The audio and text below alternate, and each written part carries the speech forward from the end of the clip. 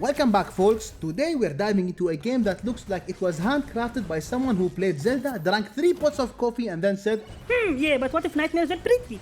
The game is called Demi and the Fractured Dream and it's bringing a fresh action-adventure experience to PC. Finally, a title that isn't just another roguelike or battle royale where your reward for surviving is drama and sweat.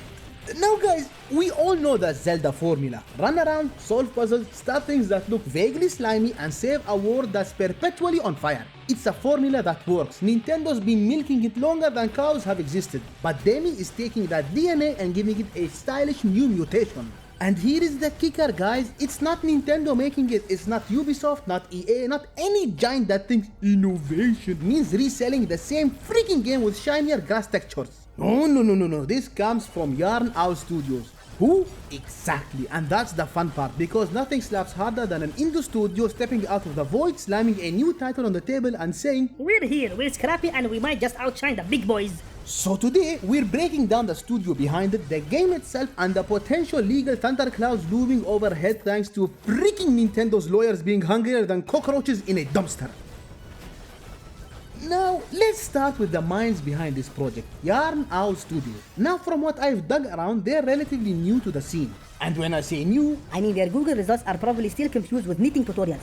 But that's not a bad thing. In fact, it's exciting. There is something about a fresh indie team trying to punch through the noise that feels electric. It's like watching a new boxer walk into the ring against a heavyweight champion. Either they get knocked the freak out instantly or they shock the world. Either way, bets are ready. Also, some of the most legendary games of our generation came from teams that were basically nobodies at start. Remember Ponkel? The tiny, small, whiny studio behind Vampire Survivors. Oh yes, just 4 years ago, no one knew who they were. Now, their game didn't just sell well, it invented its own genre, the Survivors-like. That's the power of indies. They can go from garage developers to icons over freaking night. Yarn Owl Studios, in my opinion, has that same spark. They're not coming in with bloated budgets or marketing campaigns. They're coming in with passion, vision, and just enough ambition to make something special. Oh, and you can tell they're freaking hungry. The visuals, the gameplay systems, the way the world feels, it all screams of a team that wants to prove themselves. They're not trying to be safe at all. They're trying to stand out. That's the beauty of indie studios. It's that they don't have shareholders breathing down their freaking necks saying, Make it more monetizable. Instead, they can focus on actually making a damn game. A weird, risky, memorable one. If Demi and the Fractured Dream succeeds, Yarn Owl Studios could be the next Ponkel, the next Supergiant, the next developer team that people whisper about with reverence and midnight Discord calls. So yes, are they new? Yes, they might be new, but sometimes new is exactly what the industry needs. Alright, now let's talk about the game itself. Demi and the Fractured Dream. It takes you into the world of Somnos. Sounds fancy, right? That's because it is. This isn't your standard generic forest, generic cave, generic volcano. Oh no. Somnos has layers. You play as Demi, a void scent. Already cool, because the void isn't just your enemy, it's also your power. Basically, imagine being cursed with a disease that also lets you throw hands with monsters. Side effects may include glowing eyes, long memories, and a body count. The story? A mysterious voice guides you through the world. Always a good sign. Because nothing says adventure like listening to a stranger whisper in your freaking head. You'd be trekking through kingdoms like the windswept spires of Desert Kingdom or the haunting Marsh Kingdom. Places designed to make you go, wow, this is gorgeous. Right before something tries to kill you. Gameplay wise, you're not just stuck with one sword and a jump button. Oh no, you've got a wide arsenal, attacks, spells, tools and dodges that actually matter. Time it right and your void energy kicks in, juicing up your attacks like you just mainlined 5 Elden Ring reruns. And then there are charms, not the Lucky Rabbit's foot kind. Oh no, ability enhancing charms that let you customize your build. Want to be a glass cannon? Go for it. Want to be an immortal dodge machine? Also on the table. Maybe. Flexibility is king. And guys, come on, we cannot forget the puzzles. Because what's an adventure game without the good old move this block, light this torch, pray you don't miss that jump. Except here, they're baked into the world with actual weight instead of just filler. Oh, but the real star,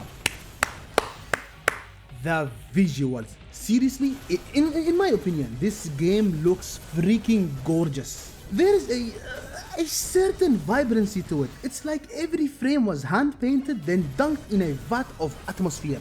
Demi's design? I think it's slick. I think it's also stylish and memorable. A main character that just doesn't blend into the scenery but owns it.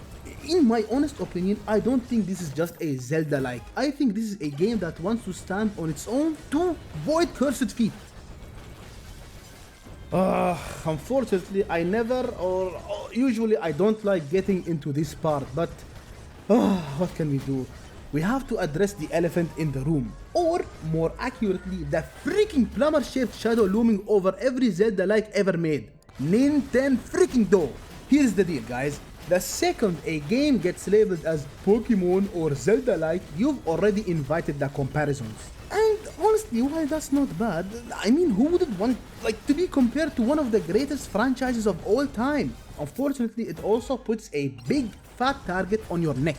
Guys, you know this, I know this, everyone knows this. Nintendo is notorious for protecting their turf. And by turf, I mean every mechanic, vibe and sound effect they've ever touched. Just ask Valde. Remember when people called it Pokemon with guns? Nintendo's lawyers definitely remembered. And believe it or not, they recently got granted a patent, US 1240339, covering summoning mechanics. Yes guys, summoning, as in make a thing appear to fight for you. The patent basically says, an information system where sub-characters can be spawned, controlled and engaged in battle modes depending on enemy placement. Which sounds vague, but it's enough to apply to half the freaking industry. And yet Nintendo now owns it. I'll put the link of the whole patent in the description for you to check it out. But oh my god, just reading it, it's too technical and it just makes you sad. Anyways, back to the main concern. When you start calling Demi and the Fractured Dream a Zelda-like before it even releases, You're drawing Nintendo's gaze. and let's be honest, that gaze doesn't end with warm hugs and freaking congratulations. It ends with cease and desist and legal fireballs. Now, what does this mean for Yarn Owl Studios? Are they in danger?